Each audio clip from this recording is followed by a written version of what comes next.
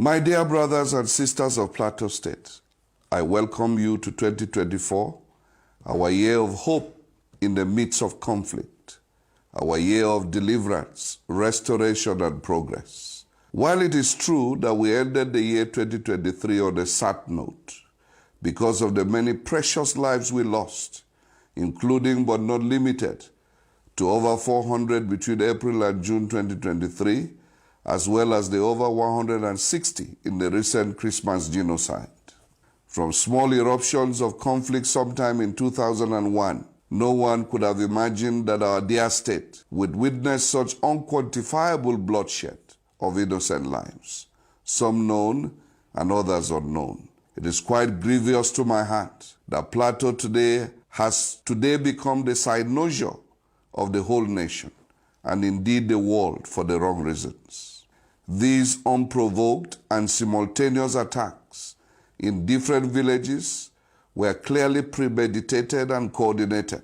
This series of attacks on our people are a clear case of criminality, insurgency, and terrorism, and must be seen and handled in that manner if we must succeed in halting this wanton destruction of lives and property. For the avoidance of doubt, it is a misrepresentation of facts to describe these needless and unprovoked attacks on our people as a farmer-herder clash, as has always been the traditional narrative. Let us call a spade a spade. This is simple genocide.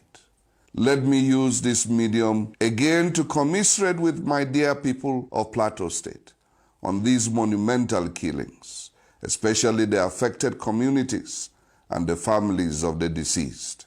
My heart goes out to you, and be assured that my family, the entire government, and I, deeply share in your grief. We will not rest on our oars, but will tirelessly collaborate with the federal government to bring an end to these tragedies and bring succor to affected persons and communities.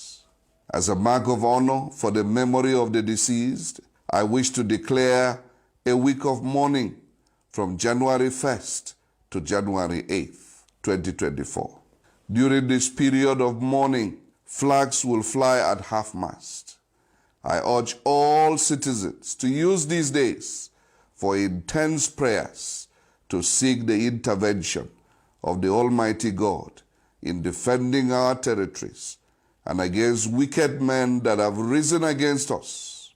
I wish to plead with our Muslim clerics to dedicate Friday, January 5, 2024, and our Christian clergy to use Sunday, January 7, 2024, as special prayer days for lasting peace to return to the plateau. Monday, January 8, 2024, will be observed as our official state day of mourning. It is gratifying that despite these onslaughts, our spirits are not broken. Our resolve to defend our land and prosper therein has remained unshakable. I'm therefore confident that 2024 will reveal our inner strength and resilience in the face of these tribulations. Let me state emphatically that I do not take for granted your unwavering support and confidence in my ability to lead you at this trying period of our evolution as a people. The year ended was a year of fulfillment and tribulations. I recall how you queued in the sun to give me your mandate to lead you. You did not only turn out in large numbers to vote, but you ensured that your votes counted. I owe you a debt of gratitude, and I'm committed to repay this debt by providing purposeful leadership. Despite the gloomy end of 2023, I'm proud to state that we have recorded some tangible gains, starting from May 29, 2023, when we were sworn into office. In the midst of the mindless murders which began late April, we immediately swung into action to revamp the security apparatus, which resulted in the relative peace we attained until the recent setbacks. It is on record that we met a demoralized civil service with a backlog of unpaid salaries, which we have today cleared, and have started regular payments as and when due. And I'm happy to also state that I approved the payment of gratuity death benefits and pension arrears from 1986 to 2009, and actual payment began on December 29, 2023. It is my sincere hope that we shall continue the payment for those due from 2010 within the limits of our scarce resources. Further to the above, we have approved and financed various training and improvement workshops and seminars for different categories of workers. This we hope to continue in 2024 as part of our strategy to raise a new crop of civil servants that can compete with their peers anywhere in the country and beyond.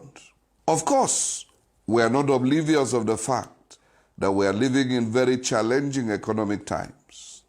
Today, Plateau State is ranked among the poorest states in the Multidimensional Poverty Index as detailed by the National Bureau of Statistics. As a government, we shall continue to support the federal government in its efforts towards revamping the national economy. We have, however, started our rollout of palliatives from last December, when we distributed over 15,000 bags of rice and 10,000 bags of maize.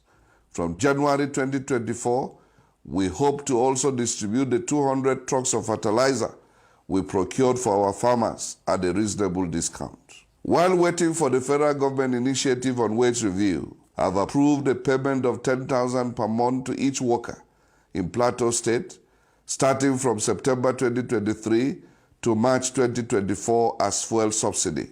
Furthermore, we have procured mass transit gas-powered buses, which will soon be delivered to ameliorate the difficulties of transportation for the general populace. I'm proud to also state that we have begun revamping the Plateau Express service, and very soon our people will enjoy excellent services at economic rates. Our promise to revamp the railway track from Bukuru to Jos is at an advanced stage. Already train heads and wagons have been received by the Nigerian railway station in Jos. Presently, obstructions on the track are being cleared, and hopefully services would commence before the end of January 2024. As a government, we have taken proactive steps to protect our communities and rehabilitate those who survived the gruesome attacks. You would recall I granted television interviews last Tuesday on December 26, 2023, on my intention to visit our dear President, His Excellency Bola Ahmed Tinubu, GCFR, in Lagos in the wake of the Christmas Eve attacks. We remain thankful to Mr. President for his proactive response and prompt directive to security agencies to fish out the perpetrators and to mobilize relief materials for surviving victims and those who sustained injuries in the hospital. I'm also very grateful to the Vice President Kashim Shettima, the Honorable Minister of State for Defense, the Honorable Minister for Humanitarian Service and Poverty Alleviation, the National Security Advisor, and the Chief of Defense Staff, as well as Service Chiefs and the Inspector General of Police, who visited the internally displaced persons in Bokos on the directive of the President to commiserate with the government and people of Plateau State. We are glad that the National Emergency Management Agency, NEMA, in collaboration with the Plateau State Emergency Management Agency, PLACEMA, has supplied relief materials to the hapless victims. More of these will still be supplied to ameliorate the pains and sufferings of the victims who are exposed to hunger and lack of shelter. We have also visited the survivors of the attacks at the Jos University Teaching Hospital and have made provision for all medical bills. Let me reaffirm that as we begin the new year, my administration will continually collaborate with the federal government to halt these unprovoked attacks on our people. It is my heart cry that the many years of misery, despair, and pains our people have had to go through ended in 2023. We are counting on the support of the federal government, the National Assembly, development partners, and the international community to rally around us as we embark on the journey to rehabilitate our people.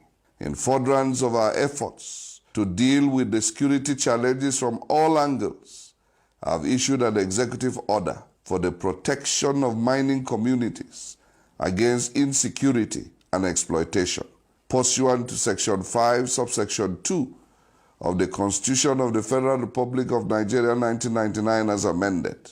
This executive order, among other things, seeks to ensure that mining community development agreements are properly vetted by the government to protect them against exploitation. Furthermore, it seeks to ensure strict compliance with extant environmental laws, as well as ensure appropriate revenues are paid to the state coffers.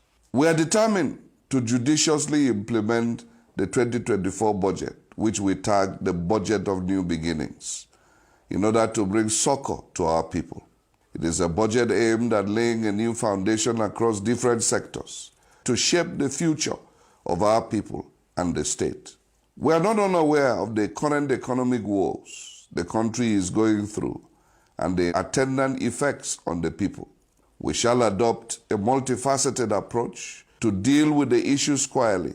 Let me reiterate that the security of lives and property remains the topmost priority of this administration, and adequate attention shall be deployed in that direction. I charge us not to allow our ethnic, political, or religious differences to divide us. Our strength is in our unity. There is no force, no matter how formidable, a united people cannot overcome. Let us remain united and strengthen inter-community relations to overcome our adversaries. The time is now to work together to bequeath enduring legacies to our people.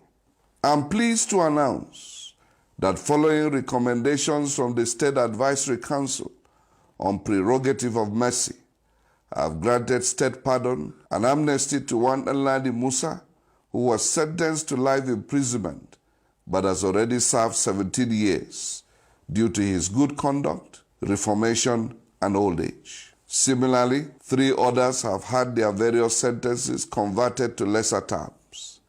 I shall continue to ensure that the interest of justice is duly served.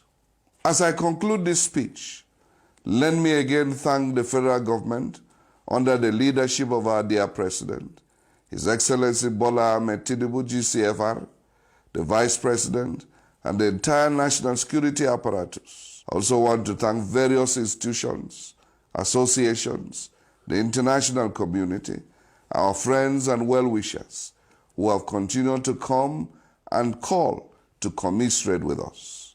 This broadcast will not give us the leverage to mention names of institutions, bodies, and individuals, but I would like you to know that we are immensely grateful. Fellow citizens, God is with us, and He will give us victory over our adversaries. The Lord is our refuge and strength, an ever-present help in trouble. Let me reassure you that I am confident and remain resolute that we shall overcome the challenges of insecurity that have bedeviled our state, and Plateau State shall remain the home of peace and tourism. If Rwanda has become a peaceful and a country of choice destination in Africa after many years of internal wars and crises, Plateau shall be a choice destination, not just in Nigeria or Africa, but in the world. We are blessed with clement weather, abundant natural and human resources, and our people are hospitable. Let me welcome you to 2024. Welcome to the year of new beginnings, and welcome to a new dispensation. I wish you a very happy and prosperous new year.